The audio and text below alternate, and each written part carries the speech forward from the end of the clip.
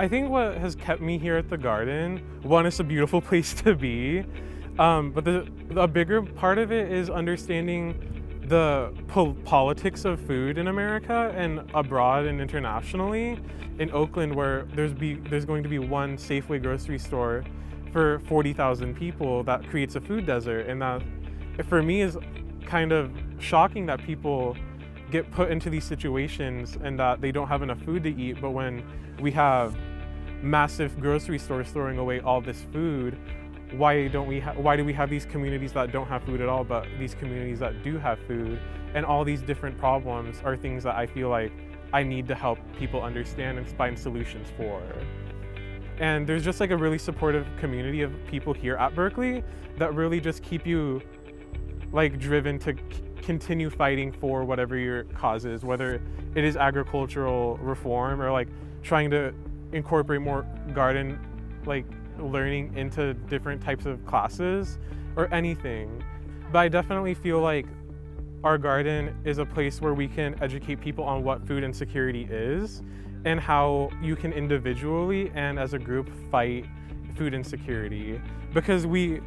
are only a quarter of an acre, so we're limited by just the scale of our operation. But whatever we harvest in the garden that isn't taken home by a community member is sent directly to the food pantry. There's just something in me that watching a little plant grow, like I've always loved plants, and then just watching it grow really just invoked something inside of me that I really liked this space and like watching nature. And that encouraged me to continue being in this garden. Since this garden primarily serves like a very young college basic population, it's important that that population gets access to healthy foods and doesn't feel like they have to skip meals, and that they don't have to rely on some sort of like corporate mechanism to get their food, and that they can come back to this garden and learn and like take back part of the food system and reclaim it as their own, so they don't have to rely on just this kind of machine that excludes other populations and only cares about profit.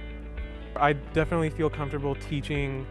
these practices and learning how to get connected to the food that you're gonna eat and like what it means to live in an industrial capitalist agricultural society. It has really helped me understand what this place in Berkeley, this garden, really means to a lot of people and what agriculture and food just means overall.